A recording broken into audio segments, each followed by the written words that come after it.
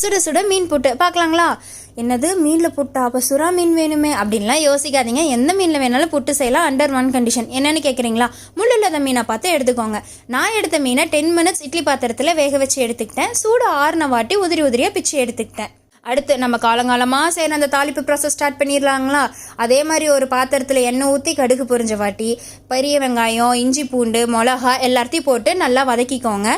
நான் மஞ்சள் தூள், குழம்பு மிளகா பொடியை ஆட் பண்ணியிருக்கேன். உங்ககிட்ட குழம்பு மிளகா பொடி இல்லைன்னா நார்மல் ரெட் சில்லி பவுடர் கூட ஆட் பண்ணிக்கோங்க. மசாலாவோட ரா ஸ்மெல் போன வாட்டி உதிர்த்து வச்ச மீனை போட்டு நல்லா வதக்கிக்கோங்க.